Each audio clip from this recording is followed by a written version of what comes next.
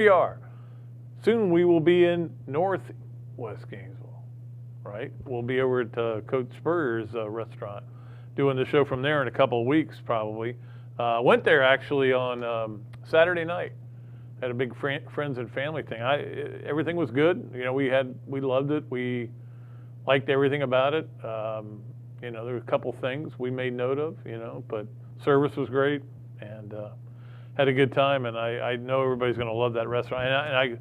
We were talking about how, you know, Steve has so much cachet that, you know, it's just going to do great. He still has that. And again, when the field is named after you, and you've done so much for the University of Florida. I'm babbling here about him as a player and then as a coach. I mean, if he had just been a player, think about that.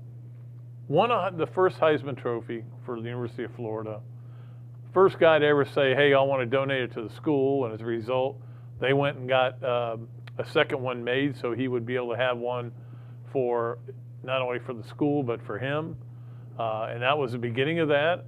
And now he's got two of them again. He's got his and Danny Werfel's are sitting up there at the restaurant. So anyway, good time there on Saturday, and it's been really good weekend to be home. Went out and played a little golf this weekend. Actually didn't play badly either. Got drenched one day though. But anyway, here we go with another duly noted podcast, and it's very important for everybody to know that today is the start of college football season. The reason it is because I say so. To me, when they always say this silly, whoa, it's SEC Media Days, it's the start of college football, and then it's over, and I go, by the way, how many days till the next game? It's 37. You know, we've got 6.5 weeks left. That's not the beginning of college football. Today is the beginning of college football, or you could say yesterday was, but it's hard to say Sunday is ever the beginning of college football season. To me, it's today, because this month we have football games being played, and that's what makes it great. And we're only weeks away now, not months, but weeks away from talking about things other than NIL, other than realignment of leagues. And there's still going to be a lot of talk about that, including what I'm about to talk about here. But we're not that far away from getting to that point. And I'll tell you, I watched I would say about 3 hours worth of football this weekend. Old games that were being shown on the SEC network. And I find them on the ACC network sometimes too, and just watch them. Just because that's how much I love football. I want to watch games, and there's a lot of things you learn that you had forgotten. You know, in fact, I watching a couple of LSU games, I was like, I see what their problem really was. Their problem really was that they fell in love with the passing game because of Joe Burrow and the team that they had, you know. And here they don't have Joe Burrow, and Jamar Chase opts out, and they stayed in love with it. And that was why they got up to such a bad start, is they couldn't do the other things. They didn't run the ball very well. And of course, we all know they didn't play very good defense. Nobody did. But it was just, you know, those are the kind of things you go back and all of a sudden you realize, and it's exciting. This week, Florida will have its media day on Thursday. So it won't be the typical media day. Now, the typical media day for the university itself. In fact, the only time I ever spoke to Aaron Hernandez was at a media day that they had up there at the Touchdown Terrace. And it was his sophomore year, or his junior year. And I said, you know, I got to do a story on Aaron Hernandez. And I ended up writing about how his father had passed away. And it turns out that was a bigger moment in his life maybe than any of us realized at the time. But the way they used to do, or they have done SEC Media Days, or SEC Media Days, Florida's Media Days, is they do it at the Touchdown Terrace. Coach gets up there and talks, and then they divide offense into one side of the room and defense in the other side. Pretty much everybody you want is there. Every once in a while a guy doesn't show up, and we go, what's the deal? And they go, well, he chose not to show, and what it is, he doesn't like the media, he read something, blah, whatever. Not my problem. This year, though, it'll be at the where we usually have press conferences there on the third floor, and it'll be Coach Mullen and just a few players. So I'm hoping that Emory Jones will be one of those, and I may write something for Gators Wire on that because I'm looking forward to talking to him about, him not being a media day. It was kind of hard to do. But let us go to the story that won't go away, that keeps getting more and more interesting to me as every day goes by. And again, like I said, we're going to get to a point where we're not going to talk about it. We're going to get to a point where all we care about is the game. Like, 3 weeks from now, it'll be a game week for Nebraska and Illinois. That game may not rock your boat, and I don't blame you. But I'm going to watch it. I promise you that. It's a Saturday football game, first one of the year. I'm watching it. Then we'll get into the really good games and everything. We'll have plenty to talk about. But right now, it's still the dominant story, which is the whole Texas-Oklahoma move. And I've heard a million people with a million ideas. I tell you what was interesting was on the show Friday. We had Matt Baker on. By the way, Jimmy Hyams is going to join us today, the czar of the SEC, of course, from WNML,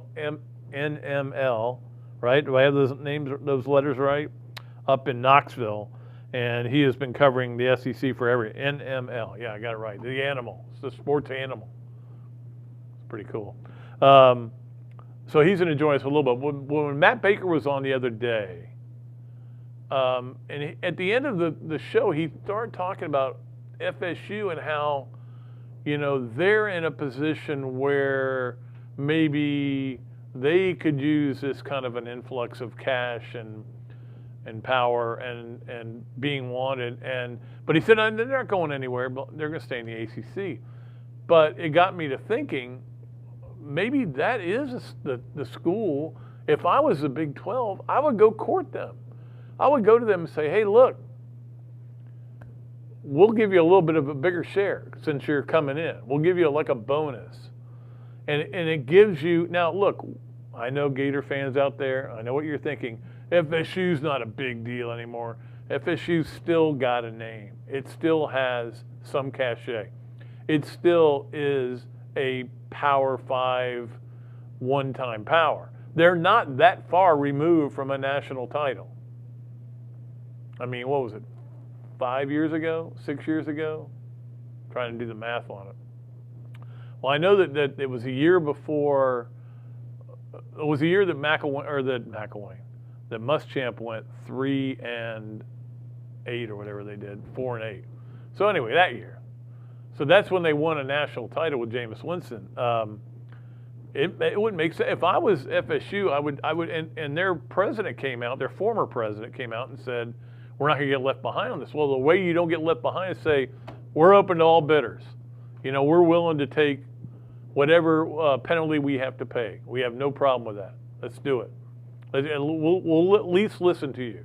And if you come to us, Big 12, and you go, hey, we're going to get you, and we're going to get Cincinnati, and then we're going to get Memphis, and maybe one other school, and we're going to be a power conference, that might be enough for FSU to say, yeah, let's go. We ain't beat Clemson anyway. Let's go on to this conference where actually it'll be easier to rebound from the bad last 4 years or whatever it's been. I mean, what's it been, 4 years of mediocre FSU football? It'll be easier to rebound if you're playing. Iowa State's good, we know, but you can beat Iowa State. That's not like they're unbeatable. Texas Tech, Kansas, Baylor, you can beat those teams.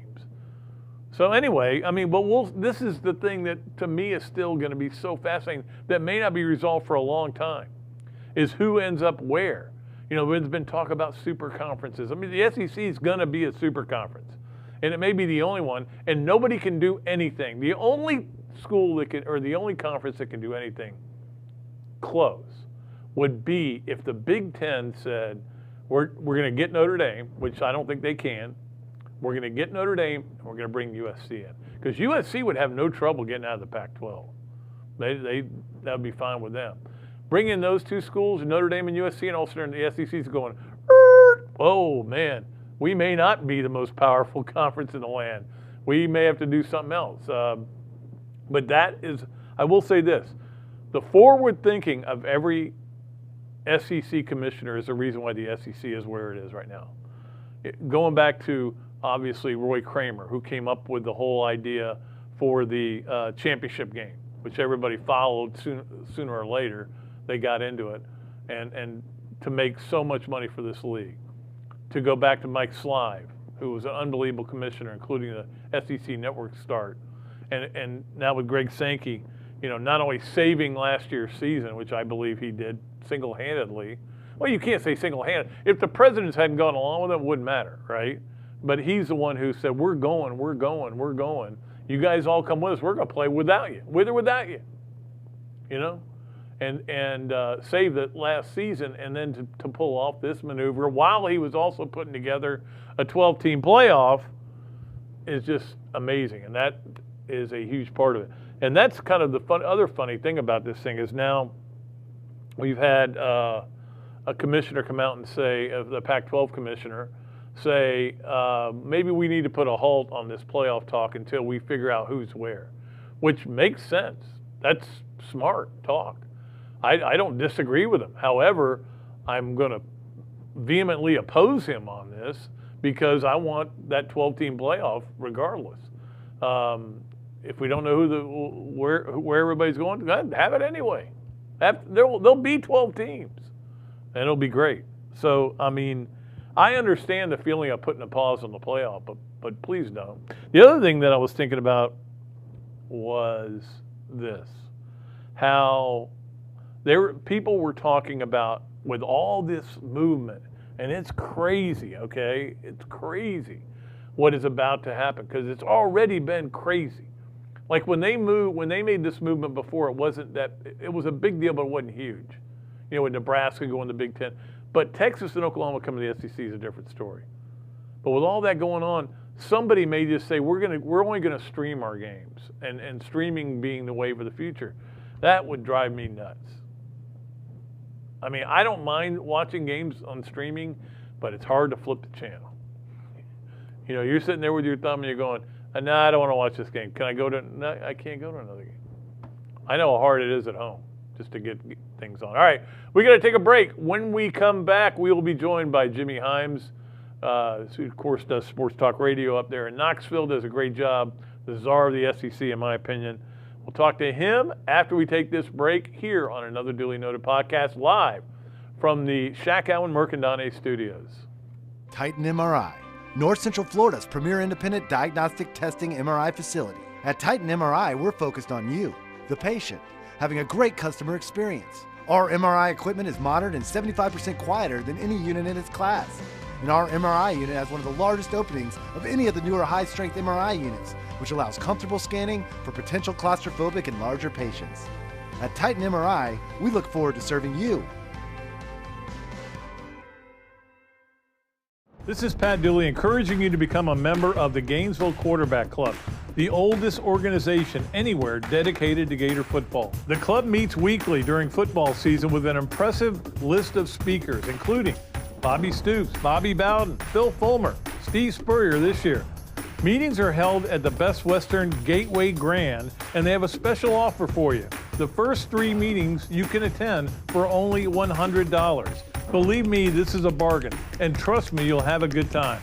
Get off the bench, it's time to score for the Gators by joining the Gainesville Quarterback Club. Car accidents, trucking accidents, motorcycle accidents, and wrongful death. If injured or killed by the negligence of others, who will fight for the compensation you deserve? Shakow and Mercadante, 5 lawyers, more than 100 years of combined legal experience, millions in settlements and verdicts. Call Shakow and Mercadante, 371-3000. Rebuilding lives. Hello there, everybody. I'm Pat Dooley, of course, from another Duly Noted podcast. And this is a great Adam Brewer, and he's just opened up a place here, Adam Brewer To Go. What gave you the idea to do this, to have a to-go place like this? We really like the fast concept, being able to get the barbecue. Now we have this new online ordering. So before it was a call ahead carry out, quick service. We have like a curbside kind of a deal where you know everything's ready to go for you. And then we thought, wow, we have a really great dine-in concept, but how can we make this streamlined for the customer and make it easy and accessible for all parts of town? Adam's Rib Co. to go. Come on down and enjoy it. Great food, great atmosphere, a diverse menu, everything made from scratch, plenty of space, and locally owned. These are all the characteristics of a great restaurant, and you can find each and every one of them right here in Gainesville at Ballyhoo Grill. Ballyhoo Grill prepares all of their food fresh every day, from their salad dressing to their award-winning soups. Bring your family and enjoy dinner under the Tim Trebo Tiki Hut while listening to live music. Or if you're running low on time to eat out, they also deliver through Uber Eats, Bite Squad, and Postmates. A Gainesville staple that's been open for over 30 years. Check out Ballyhoo Grill on Facebook or at ballyhoogrill.com. Okay, and welcome back to another Dooley Noted podcast. Appreciate everybody for watching. If you're watching on YouTube or on Facebook Live or listening to on any of the 39 platforms that we have, don't forget to subscribe. We appreciate everybody for being a part of this and appreciate all of our sponsors. Right now we're going to go talk to the legend that is Jimmy Hyams. I consider him the czar of SEC football because he knows it so well. And of course, up at WLMN in Knoxville, 99.1, the sports animal. What kind of animal are you, Jimmy? A dog, I guess. I bark a lot, but I don't bite. A junkyard dog? That's right. Well, Jimmy, I'm curious what the news is of the last week. What's it been like on your show and certainly in the Vol Nation as far as these two big bruisers coming into the SEC? I don't think it's been well received. I think that it is viewed, and I won't argue with this, as a money grab. This is about trying to put more money in the coffers. I think you're still messing around with a lot of rivalries. I think you're now going to see the Big 12 dissolve. If they don't dissolve, then they're going to expand to try to add some other teams in there that won't be necessarily very attractive. What is the Pac-12 going to do? What's the Big 10 going to do? Personally, I don't like it. Most of the fans here are not crazy about it. So it may end up leading to a super conference. Some people have even said, yeah, just watch the SEC expand and add a bunch of ACC teams to it. I'm more of a traditionalist, Pat. I like things kind of the way they were. Let's keep your conferences. Let's keep your rivalries. I'm not a big fan of this move. Well, you know, I'm kind of a traditionalist too, but the one thing it may get the SEC off its butt about is having a situation where, for example, Alabama comes to Gainesville twice every 10 years. I mean, that the fact that we hardly ever see some teams. I mean, even when we retired, I said, you know, we will never go to Mississippi State again. I mean, it's going to be 12 years down the road. And that part of it, and going to 9 games, I do like. If they go to 9 games. Yeah, if they do. And we heard the commissioner indicate they were going to stay at 8. But that was before the news came that they were adding Texas and Oklahoma. So if they go to 9 or even 10 games, I would like that. I hope that that's what they do. And if they expand and go to 9 or 10 games, then in my opinion, you would have 2 8-team divisions. You move Alabama and Auburn to the east, and you put Oklahoma and Texas in the west, and you move Missouri to the west.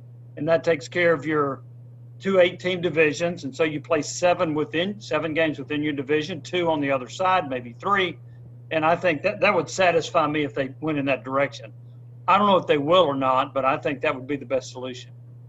I keep hearing that pod thing that they put up there was for scheduling only. And again, I don't think they would have put that up on the SEC network if they weren't getting it from SEC people.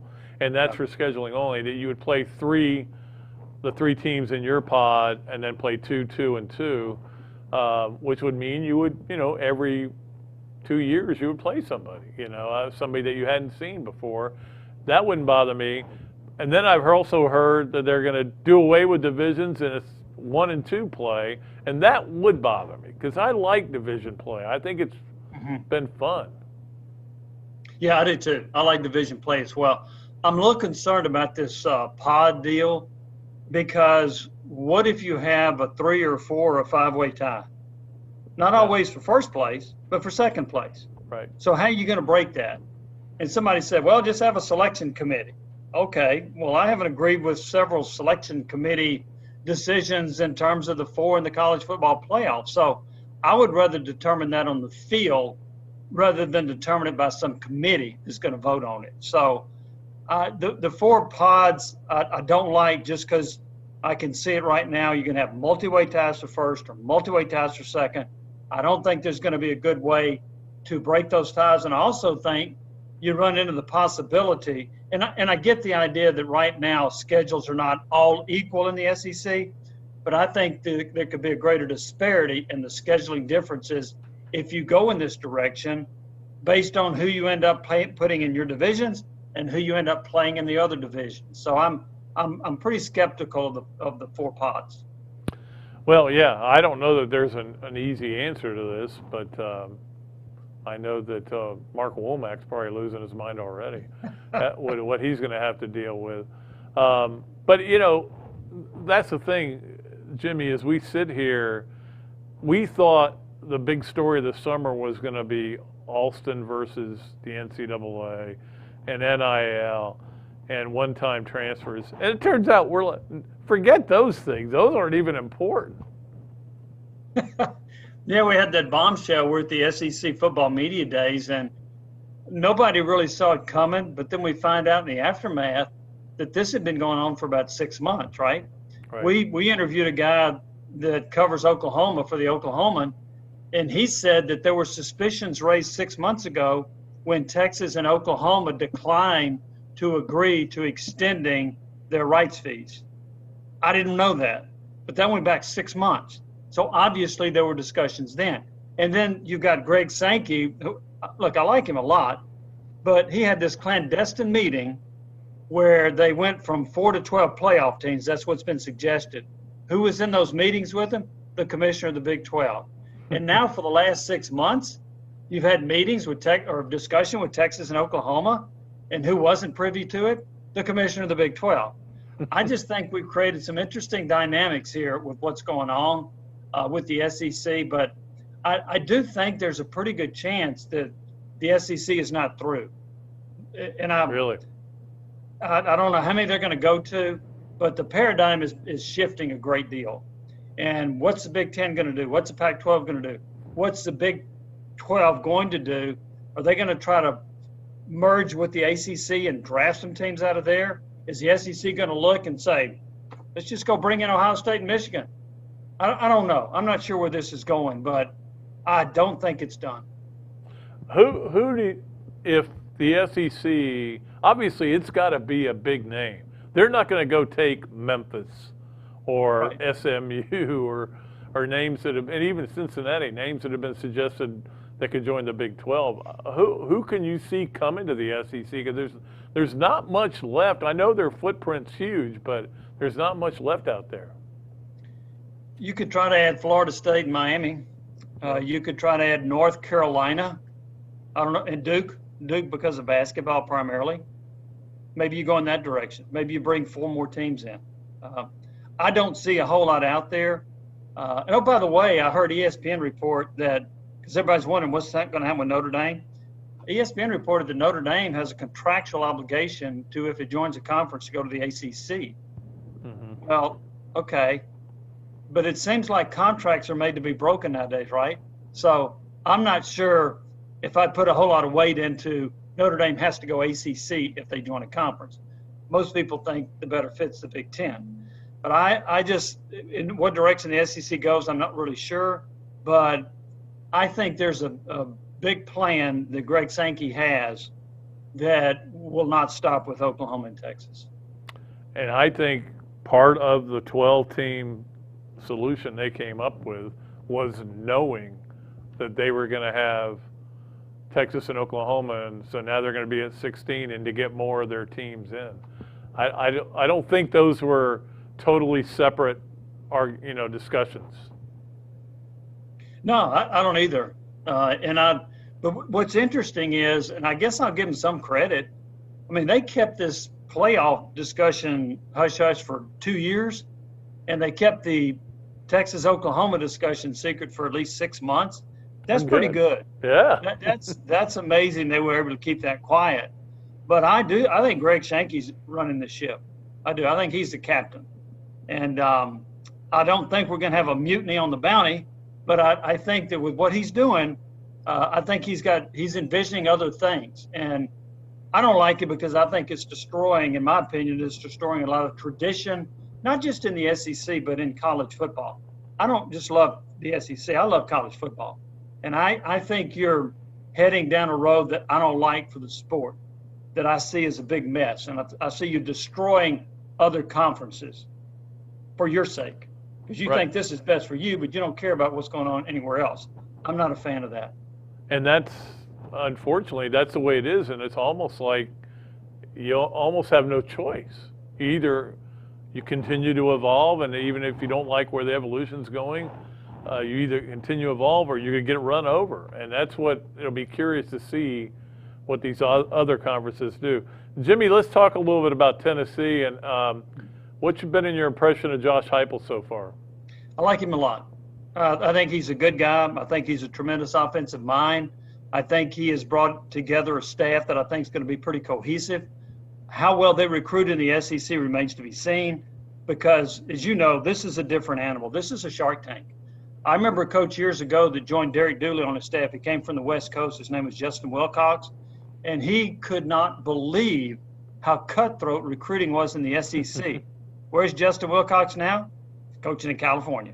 So my concern is, other than Rodney Garner, how many folks on that staff know the lay of the land, know how to recruit in the SEC, and know how to get players? Look, Tennessee right now has 13 commitments. About 10 or 11 of them are 3 stars. Now, not all 3 stars end up playing at that level. I've seen plenty of 3 stars go to Tennessee and become all SEC. But the percentages suggest that there are not a whole lot of those 3 stars that you're going to win with at a high level in this league.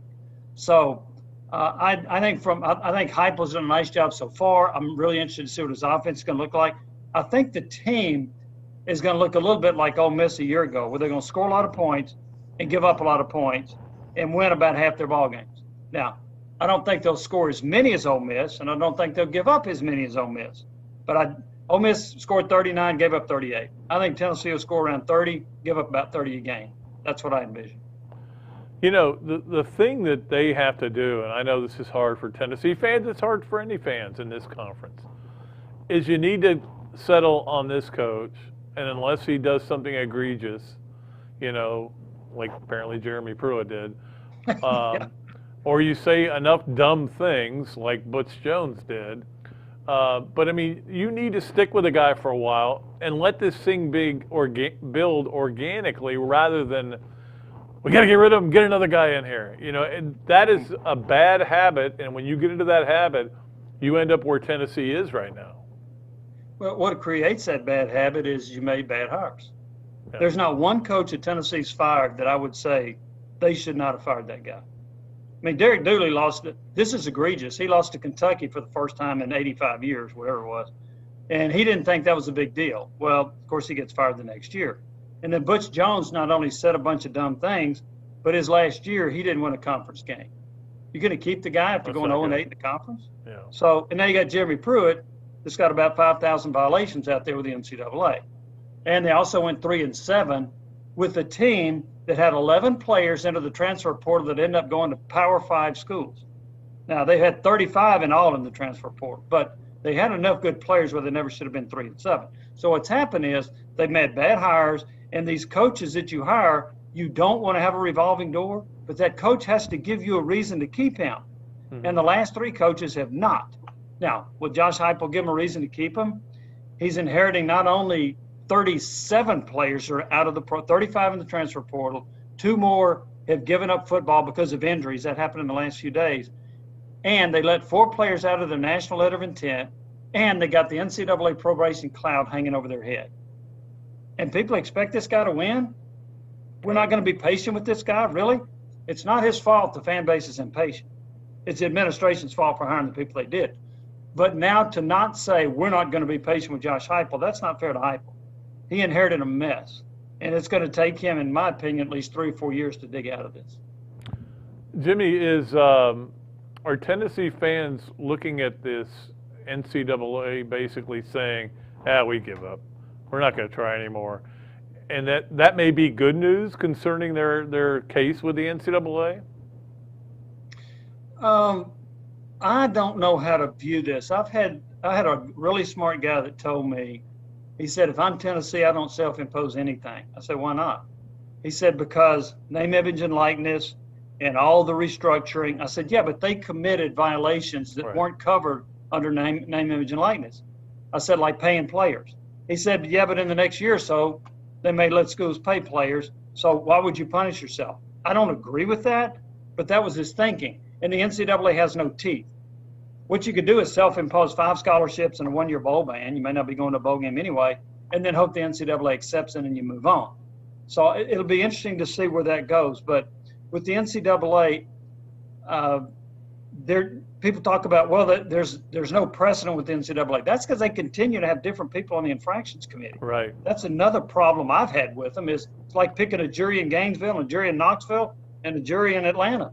They may come up with a different decision on the same case. So with this situation with the NCAA, I thought it would be resolved by now. I don't know why you had enough evidence to fire Pruitt and 10 other staff members in January, and you're not finished with your investigation by now. Seems to me like there's some lawyers just trying to run up a bill.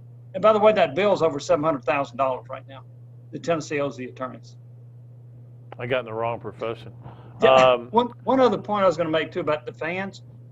So I checked on this. Tennessee's season tickets right now, all they would tell me was it's the lowest since Derek Dooley's worst year, which was 57,500.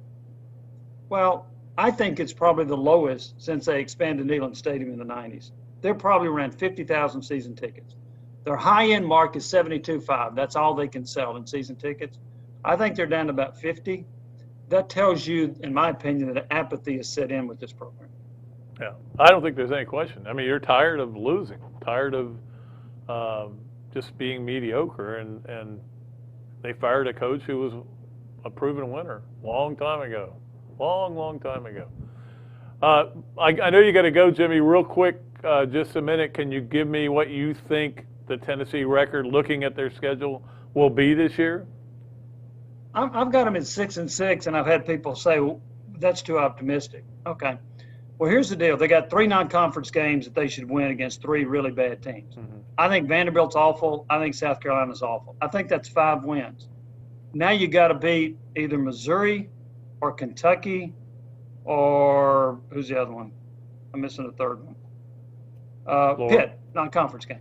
So Pitt, Missouri, or Kentucky. If you win one of those 3, which I think they're all in the 50-50 range, you're at 6 wins. So I think they can win one of those 3. I think they'll be 6-6. And if they score 30 points a game, then you'll have some fans being a little bit optimistic about where this program's going and about Heupel. But I also could see if they have some key injuries, they could be a 4-8 team. I don't think they'll be that bad. So I got them at 6-6 based on 5 wins I think they'll get, and then pulling one of the 3 50-50 games that I've got. Jimmy, it's always fun talking to you, buddy, and I wish I could have seen you at SEC Media Days, but hopefully I'll see you soon. I hope so. Hey, Pat, thanks for having me. I appreciate it. All right. Jimmy Hyams, the Czar of the SEC, and he'd be a good Czar if they want to go ahead and give him the job. I'm all in favor of it. He knows the SEC, and he certainly knows Tennessee. And, I mean, that's the thing with Tennessee.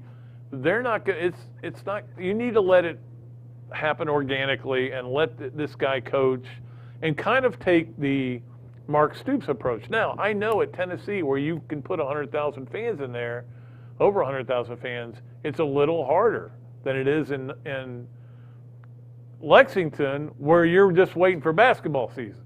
So it is hard. All right, what we're going to do right now is a new feature on this show that is going to go on throughout football season.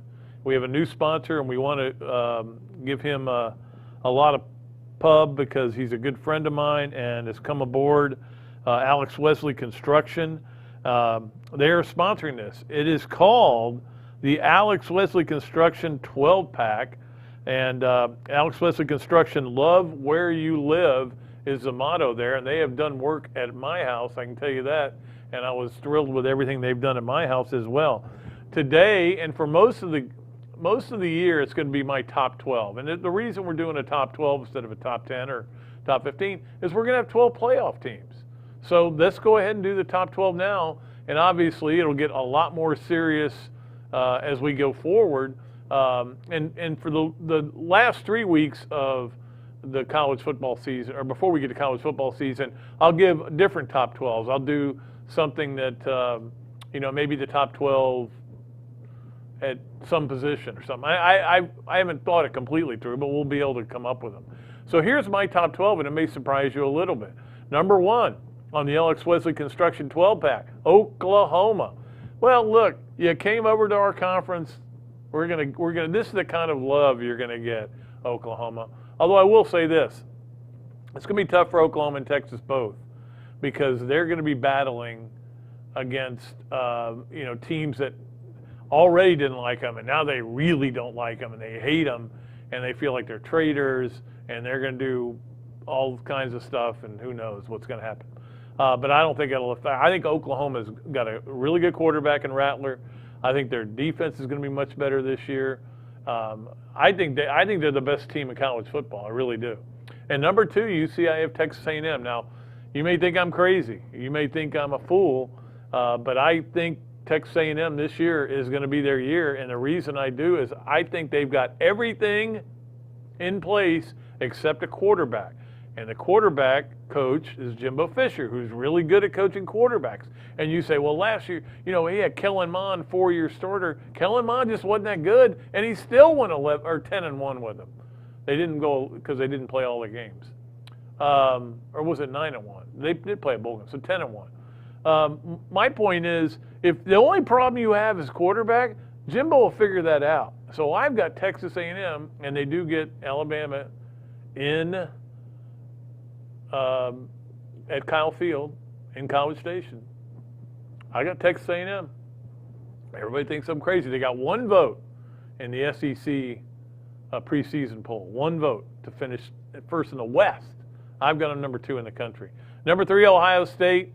Again, just the recruiting they've done. They've got and I don't think it's that hard to be number 3 in the country in the Big Ten. People can talk about the Big Ten all they want. Who's your biggest competition? Penn State. You don't know what Penn State. Penn State's an X factor team. Michigan.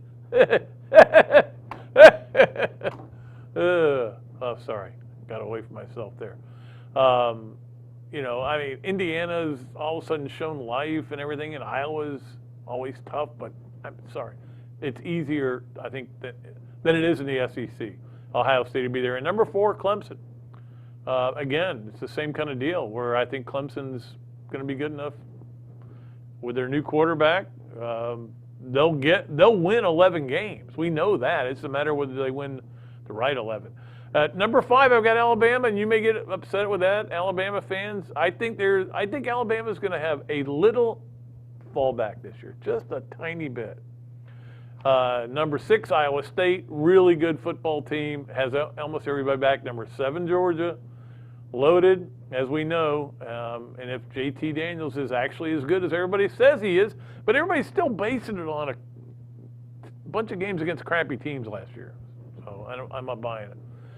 8, Oregon, they've done an unbelievable job in recruiting. Number 9, North Carolina. I've watched too many North Carolina games from last year where they just destroyed the other team because nobody could stop them. I need to go back and watch the FSU game where they got beat. Number 10, LSU. LSU has got a really good team. If Orgeron just stays out of the way, I think they'll be good. 11, Florida.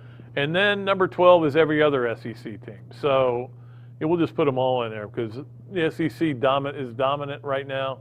The reason I have Florida 11th, and a lot of people don't have them in their top 12s, is I've said this all along. I think this Florida team's going to be better than a lot of people think. I really do. I have confidence in this team. I have confidence in Emory Jones. I think this team's going to be good. Now, are they going to be good enough? We talked about this before. about how Florida's got almost all of its games, biggest games, are away from the swamp. But at the same time, Mullen's a good coach away from the swamp, 10-2 in true road games. So we'll see. So that is our first installment here in the Shakow and Mercadante studios of the Alex Wesley Construction 12-pack. We'll keep this coming at you every Monday, and it ought to be a lot of fun. We'll have a cool 12-pack next week. I like the name, 12-pack. I came up with it all by myself. All right, we got to take a break. When we come back, the Adams Ribco to go, Gator of the Week. Boy, I have a lot of guys to choose from there. Gator of the Weekend, I should say. Certainly a lot of guys, a lot of girls. Leonardo's a Millhopper Quick Picks, Hands, handle off three things. I blanked there for just a second, and this, that, and the other. I know I did a bonus one Friday. We're doing another one today. We'll be right back and do all that here on another Dooley Noted podcast. Hello there, everybody. I'm Pat Dooley, of course, from another Dooley Noted podcast. And this is a great Adam Brewer, and he's just opened up a place here, Adams Ribco to go. What gave me the idea to do this, to have a to-go place? We really like the fast concept, being able to get the barbecue. Now we have this new online ordering. So before it was a call ahead carry out, quick service. We have like a curbside kind of a deal where everything's ready to go for you. And then we thought, wow, we have a really great dine-in concept, but how can we make this streamlined for the customer and make it easy and accessible for all parts of town? Adams Ribco to go. Come on down and enjoy it.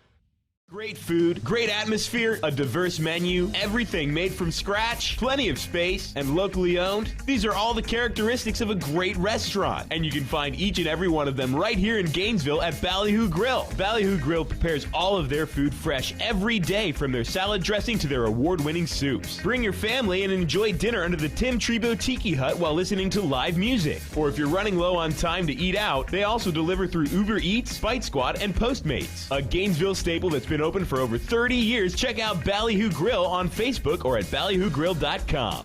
This is Pat Dooley encouraging you to become a member of the Gainesville Quarterback Club, the oldest organization anywhere dedicated to Gator football. The club meets weekly during football season with an impressive list of speakers, including Bobby Stoops, Bobby Bowden, Phil Fulmer, Steve Spurrier this year.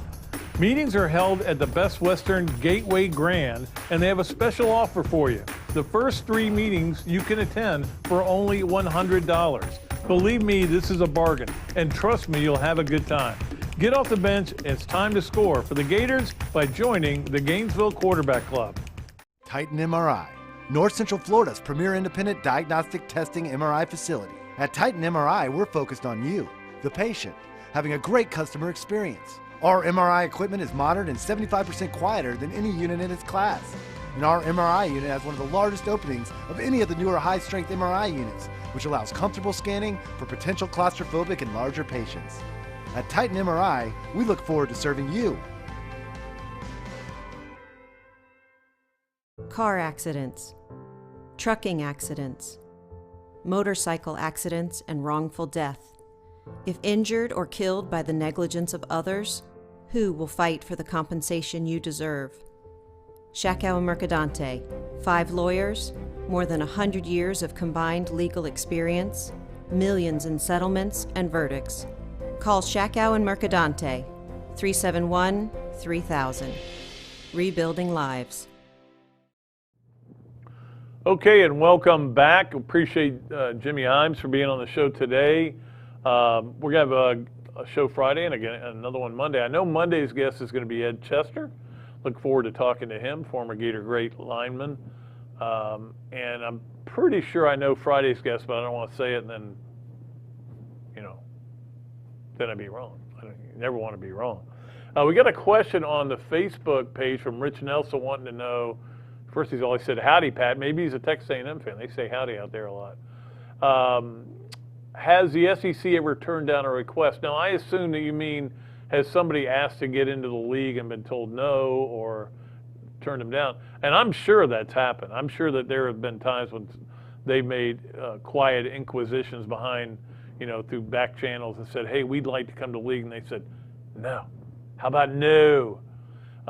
We know that there was a time when Florida State was invited to join. Florida State and Miami were both invited to join the league way back when, I guess, when Arkansas came in, and they said no. And the word was that Coach Bowden said, why would we do that? We can stay in this ACC and win.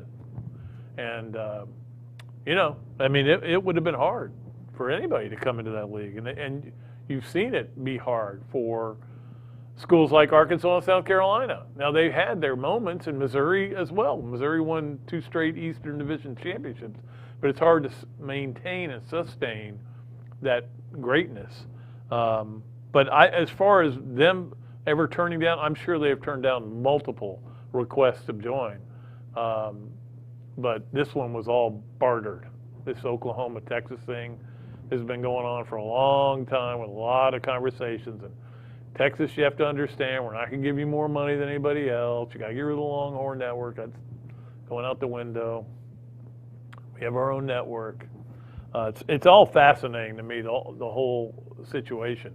And like I said, we're almost there where we're not going to be talking about it. We're going to be talking about nothing but college football. And we will be talking about a lot of it. All right, which means it's time for our Adams Rib Code to go. Gator of the weekend. I had a lot to choose from. I had so many to choose from. But in the end, I went with Bobby Fink in the 1,500 meters, winning the gold medal, his second gold medal. Watching it, and look, if you've never watched swimming before, you're like, how long does this take? It took 15 minutes to swim that far. So literally, I went out and got a little ice cream while they were swimming. I said, nothing's going to happen, right? It's not like all of a sudden somebody's going to throw a frog in the pool or the waves are going to get too high. Nothing's going to happen. All that's going to matter is the last couple of laps, and that's what did matter. And he was unbelievable. Gator athlete, and just loved what he did. And I had, like I said, I had a lot of choices with the Olympics going on and some other things happening as well. But Bobby Fink is our Adams Rib Code to go, and Gator of the weekend, and he should appreciate that. You don't really get anything for it, Bobby. Just a pat on the back and knowing that you were acknowledged in the Shaq Allen Mercandone plush Southwest Gainesville studios. We appreciate everybody for doing that. Okay, Adams Rib Code to go. Gator of the weekend, Bobby Fink. I don't want to say he overshadowed Caleb Dressel because Caleb Dressel won 5. But that to me was the one that got us off the couch. Come on! Come on! Go, Bobby! I don't know you, but go. It was good. All right. So we have that. All right. The Leonardo's at Millhopper Quick Picks. We had several qualifiers. Again, we are loaded up with qualifiers. We're going to keep this going for another, I think, maybe today and Friday. And then Monday, we will pick a winner and send it all out to whoever wins. We get $25 gift certificate at Leonardo's. We get some other gift certificates as well as a hat and a shirt and stuff like that. I mean, everybody that I've given it to, that when they've gotten it, they've been overwhelmed with how much stuff is in there. So you need to get in and qualify. If you qualify, we pick one name out of a hat. It's that simple. This week's, or Monday's, it's very simple again. Does Max Scherzer win his first start Wednesday? Of course, the big trade of Max Scherzer. Everybody except the Braves got better. The Braves got a bunch of like 200 hitters to bolster their lineup. Everybody else went and got great players, drove me crazy. I'm not real happy about it. But Wednesday is supposed to be Max Scherzer's first start. There's a chance it could be tomorrow, and if it is, whenever he gets his first start, Wednesday is against the Astros. Does he win? Yay or nay? So really simple question. We try to keep these as simple as possible. And appreciate Kyle over there at Leonardo's at Millhopper for the quick picks, which, gosh, I can't wait. When we get to football season, we're going to expand them. You're going to have to pick more than one thing, okay? When we get to football season, I'm going to give you at least 2, maybe 3. And we'll have some fun with it, and I can't wait for it. All right, so it is time for 3 things presented by Hand Law. Hand Law is a Florida law firm which helps clients with government. You can learn more about Hand Law by visiting its website at www.hand.law. The firm is available for consultation in Jacksonville. Jacksonville, my lucky town. That's what the great Malenko used to say. All right, here's the 3 things by Hand Law. Number one, there was one of the medalists was really upset because somebody wins a bronze or a silver and everybody goes, ugh, like they're going to puke all over the medal. It says something to win any medal. The people I feel bad about are the people who finish 4th. I mean, you could finish 4th by .001 second, and you get no medal. You get nothing. You're nobody. 2nd and 3rd, though, I mean, the way everybody kind of poo-poos if you don't win a gold, I agree. Enjoy it. Try to enjoy it if somebody gets a medal of any type. It's great. I know if my daughter came home with a silver medal or a bronze medal, I would just be thrilled. You'd prefer a gold. A gold's where you make the money too in advertising and everything. And Caleb Dressel, I'm sure, is already rich. If you saw all the commercials, in fact, I think right before he swam one time, there were 3 straight Caleb Dressel commercials. One was Toyota. I can't remember what the other 2 were. I'm imagining he's driving a Toyota today. But yeah, look, if you qualified for the Olympics, you should be celebrated. If you attempted to qualify for the Olympics, you should be celebrated. These people are just phenomenal athletes. They're the best athletes in the world, except the team we sent over there for baseball. Not so good. No. There is a Gator on there, and he went 3 for 5 yesterday. Unfortunately, they lost. All right, and that would be a different world if our baseball team, we put together a baseball team. That would actually be interesting if we put together baseball teams from all these countries that were actually the best players. Instead, because it happens during baseball, you can't do that. All right, number 2, I was thinking about this today, and I don't know the answer to this. Will it be different? How different will it be this year in college football? Because, guys, we know that last year was the most different year we've ever experienced. This year is going to be different too. It's not going to be like it was 2 years ago or 3 years ago or 4 years ago, and certainly not 20 years ago. We're still in the middle of this pandemic. I mean, my brother, I just found out, has it and is very sick. My youngest brother. So that is certainly something that I'm concerned about right now. He's had 1 shot. We should have gotten them both a long time ago. I'm chastising him for it, but so we don't know. We know it's going to be different this year. We don't know how different yet. And not only that, but one thing I'm curious about is we know nobody played defense last year because everybody was afraid to hit. If you hit and you had a COVID issue, you might not have enough players to play the game. And we saw teams with barely enough players playing games. All right, so how different will it be now that they've had a spring and they've been able to practice tackling and hit? They're going to be a little more likely to hit, but again, you're still not out of the woods on this whole thing, especially with contact tracing. But is college football going to look totally different this year than it looked last year? Last year, in a way, was fun. A lot of fun. Everybody scored. Up and down the field they went. Nobody played defense. But the trouble was, when your team was on defense, you were very frustrated, especially Florida fans.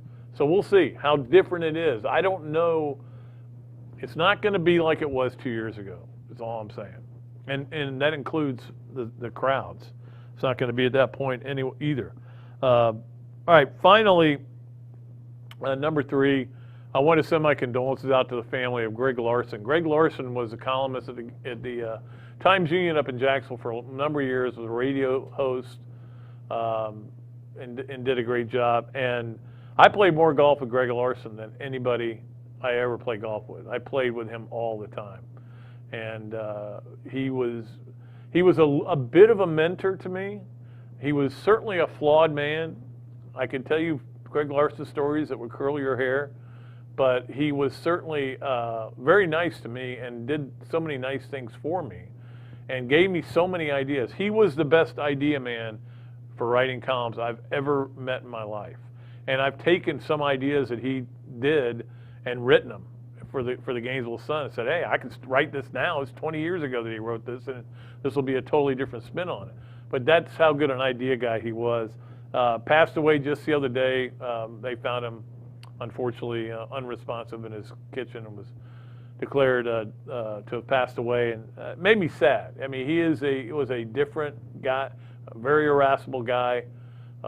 There was a time when I told him, I said, you're just impossible to travel with, because I would always be afraid he would jump down somebody's throat and it would be embarrassing to me. I probably should have gotten over that a little bit better. But I like Greg Larson, and we spent a lot of time doing a lot of different things together, and just wanted to send out my condolences to the family. All right, so we end on a sad note on the hand law 3 things. Seems like we've had a lot of those lately. From the Shaq Allen Mercandani Studios in beautiful Southwest Gainesville, Florida. There's one thing left to do, and it's your favorite thing, and it's my favorite thing, and that is This, That, and the Other. This, That, and the Other, which is brought to you by Darshak Insurance, by Ballyhoo Grill, and of course by Ironwood Golf Course.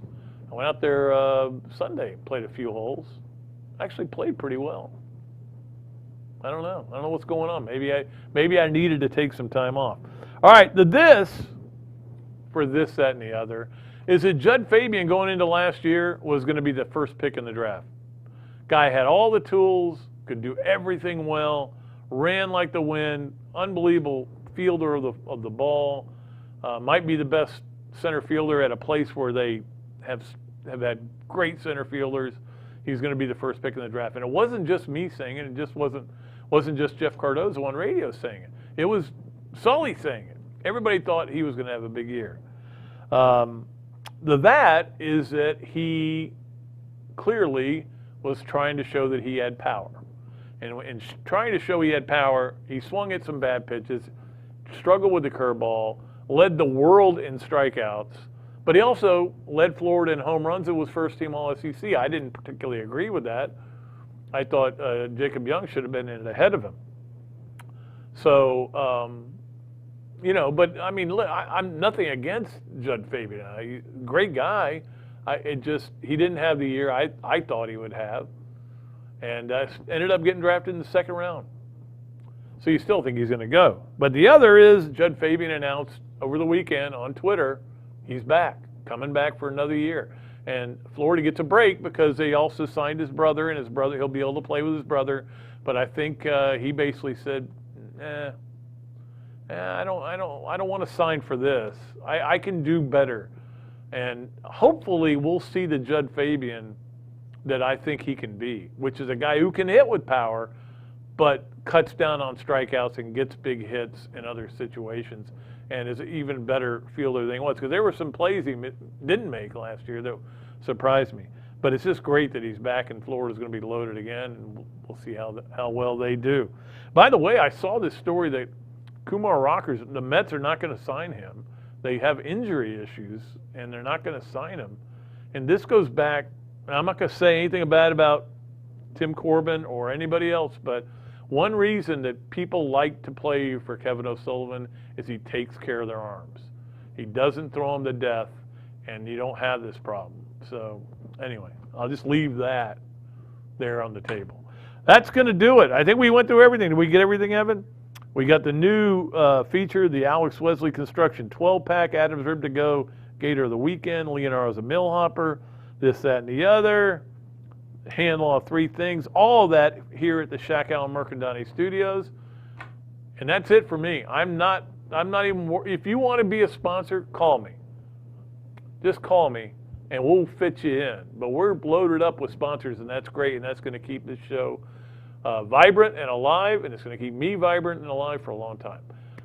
So that'll do it for today's show. We'll be back Friday with another show, and I hope you guys enjoy it. We're almost there, man. We are in football season month, okay? There's a football game, several football games at the end of this month. It's football season, officially, right now. I say so. Until next time, thanks so much to Evan for his usual great job producing. I am Pat Dooley. I am deep. I'm way back, and I am out of here.